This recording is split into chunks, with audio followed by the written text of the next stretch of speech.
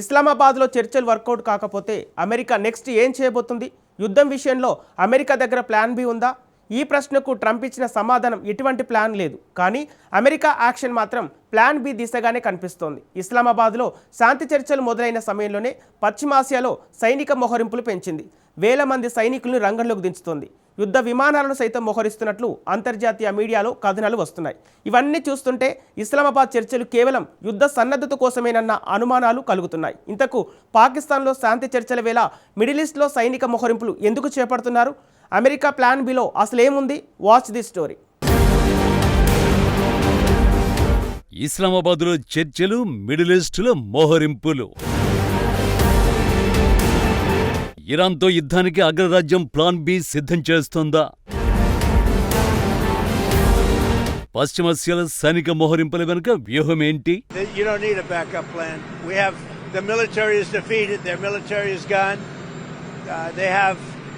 We've degraded just about everything. They have very few missiles. They have very little manufacturing capability. We've hit them hard. Our military is amazing, the job they've done. ఒకవేళ చర్చలు విఫలమైన లేదా Hormuz జలసంధిని తెరవడానికి Iran నిరాకరిస్తే America వద్ద plan B సిద్ధంగా ఉంది అని media అడిగిన ప్రశ్నకు ట్రంప్ ఇచ్చిన సమాధానం ఇది.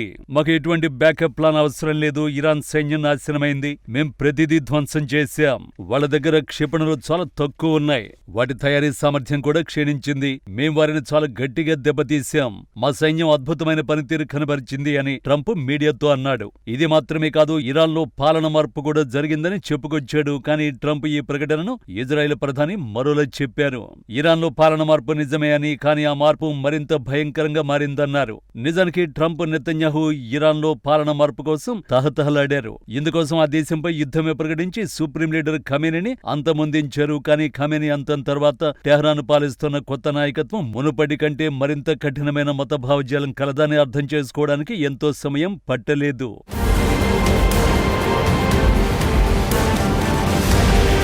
ప్రస్తుతం ఇరాన్ పాలిస్తున్న నాయకులు అధిక శాతం ఇరాన్ రెవల్యూషనరీ గార్డ్స్ నుంచే వచ్చారని నివేదికలు పేర్కొన్నాయి.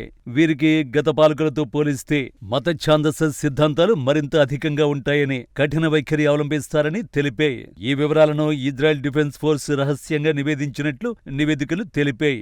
అయితే ట్రంప్, నెతన్యాహు సైతం పలుమార్లు ఆ దేశ ప్రజలకు పిలుపునిచ్చారు. ఇరాన్లో పాలన మార్పుకు ఇది సరైన సమయమని, దీని అవకాశంగా తీసుకుని రోడ్లపైకొచ్చి నిరసన చేపట్టాలని తెలిపారు. కానీ అక్కడి ప్రజలు దాన్ని తిరస్కరించి మానవహారాలుగా ఏర్పడి అక్కడి మౌలిక సదుపాయాలకు రక్షణగా నిలిచారు. దీంతో డొనాల్డ్ ట్రంప్, నెతన్యాహు ఒకటి తలిస్తే దైవం మరొకటి తలంచిందన్నట్టు మారింది పరిస్థితి. అందుకే ప్లాన్ బి పై ట్రంప్ ఫోకస్ చేసినట్టు తెలుస్తోంది. పశ్చిమాసియాకు భారీ ఎత్తున సైనిక బలగాలను మోహరించడం ఆ ప్లాన్ బిలో భాగమే. ఇస్లామాబాద్ వేదికగా శాంతి చర్చలు జరుగుతున్న వేళ అమెరికా తన సైనిక బలగాలను ఏకంగా 50,000కు పెంచడం అనుమానాలను, ఆందోళనలు కలిగిస్తోంది.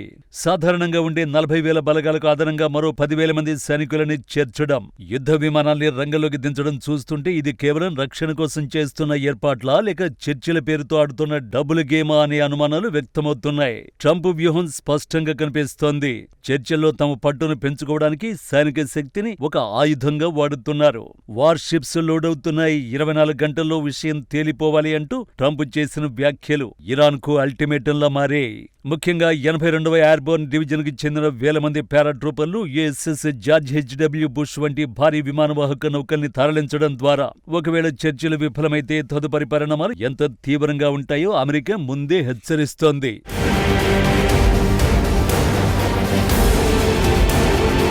ఇరాన్ సైతం ఈ ఒత్తిడికి తలొగ్గేలా కనిపించడం లేదు. లెబనాన్లో కాల్పుల విరమణ జరిగితేనే చర్చలు అని కండిషన్ పెడుతూనే అమెరికాపై తమకు నమ్మకం లేదని కుండ బద్దలు కొట్టేసింది. ఇరాన్ చమురు ఎగుమతులకు కేంద్రమైన ఖర్గ్ ఐలాండ్ వంటి వ్యూహాత్మక ప్రాంతాలను లక్ష్యంగా చేసుకునేందుకే అమెరికా ఈ బలగాలను మోహరించిందనే వాదనలు కూడా ఉన్నాయి. అయితే ఇరాన్ వంటి భౌగోళికంగా పెద్ద దేశంపై 50,000 మందితో పూర్తిస్థాయి యుద్ధం సాధ్యం కాదని నిపుణులు భావిస్తోన్నా సర్జికల్ స్ట్రైక్స్ చేసేందుకు ఈ బలగాలు సరిపోతాయని అంటున్నారు. ఇది చర్చల కంటే కూడా మాటకు మాట, దెబ్బకు దెబ్బ అన్నట్లుగా సాగుతున్న మైండ్ గేమ్ గా కనిపిస్తోంది. హార్ముజ్ జలసంధి ద్వారా జరిగే ప్రపంచ చమురు సరఫరాకు ముప్పు కలగకుండా చూసుకోవడం అమెరికాకు ఒక సవాలైతే, తన ప్రాబల్యాన్ని నిలబెట్టుకోవడం ఇరాన్కు చాలా అత్యవసరం. ఈ నేపథ్యంలోనే ఇస్లామాబాద్లో చర్చలు జరుగుతుండగానే అమెరికా ఇరాన్ సైనిక వ్యూహాలను సైతం కంటిన్యూ చేస్తున్నట్లు కనిపిస్తోంది.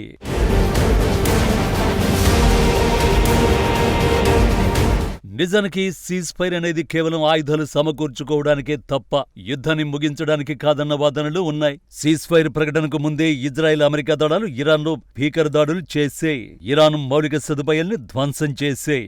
ఇరాన్ వంతెనలు కూలిపోయే, విద్యుత్ సరఫరా ఆగిపోయింది. ఈ రేంజ్ దాడుల ద్వారా ఇరాన్ తమ దారికి తెచ్చుకోవాలని ప్రయత్నించారు. ఈ ప్రయత్నాలు వర్కౌట్ అయ్యాయి కూడా. ఎందుకంటే ఇరాన్ కు కూడా రెండు దేశాలను అడ్డుకోవడానికి భూగర్భంలో ఉన్న భారీ క్షిపణులు బయటకు తీసి దాడికి సిద్ధం చేయడానికి సమయం కావాలి. అందుకే సీజ్ ఫైర్ కు అంగీకరించిందనేవారు ఉన్నారు.